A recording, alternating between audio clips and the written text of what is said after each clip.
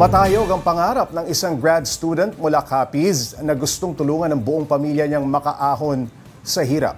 Pero sa hindi naasahang pagkakataon, tinamaan siya ng tinatawag na stroke in the young. Ano nga ba yan at paano ba ito iiwasan?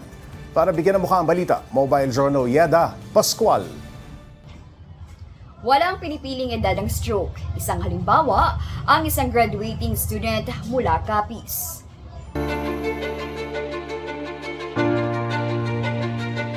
Hindi pa nagigising mula ng ma-stroke noong April 16 ang 21 anyos na si Lance.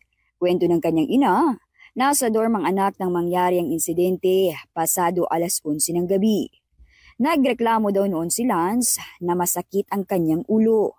Sabi ng mga ka-wordmate niya, magpahinga ka muna, dito ka lang muna. Tapos, nanghina na daw po siya, nalaglag na daw po yung kabilang pisngi niya. Tapos, hinawakan po nila yung kamay ng anak ko na nahulog. Wala na po siyang lakas. Agad na sinugod sa ospital si Lance at lumabas sa CT scan na may blood clot na sa kanyang utak. Isinailalim agad siya sa dalawang magkasunod na operasyon para i-drain ang namuong dugo sa utak.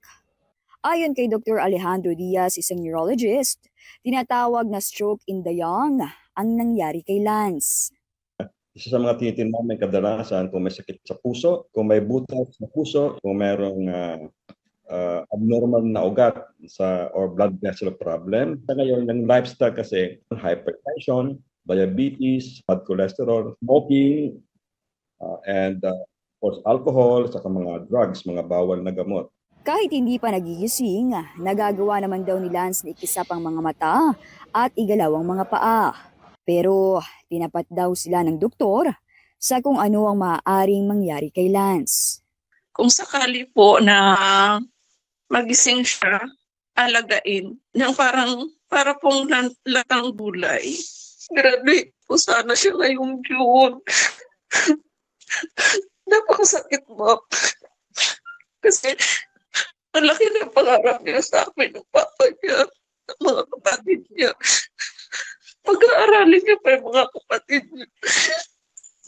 Case-to-case basis daw ang stroke in the young. Pero kadalasan, mataas naman daw ang tsansa na makarecover ang pasyente. Karaniwan, pag medyo bata pa naman, ang utak niya medyo may plastic. Tinatawag niya may neuroplasticity. So madali silang mag-recover compared sa matandang utak na nagka-stroke. So pagkabata pa, binibigyan talaga namin ng pag-asa. Kalimitan naman, nag-i-improve pa sila. Wala pa mang isang buwan sa ospital, pero pumalo na sa 1.2 million pesos ang bill ni Lance. At patuloy pa itong tumataas. Hindi na raw alam ng kanyang magulang kung saan pa manunulisit at kukuha ng pambayad. Lalo pat na stroke din ang ama ni Lance nitong Pebrero. Mahirap po. Ngayon na po, may mga gamit kami na dapat bilhin. Hindi namin mabili. Wala namin pagkukunan ng financial.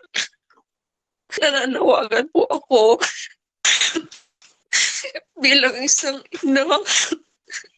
Nananawagan, nanghihingi po ng tulong para po sa pang-araw-araw at bills ng dito sa ospital. Ako po si Mobile Journal Yeda Pascual, nagpapaalala na ang bawat may karamdaman ay kailangan din ng kalinga.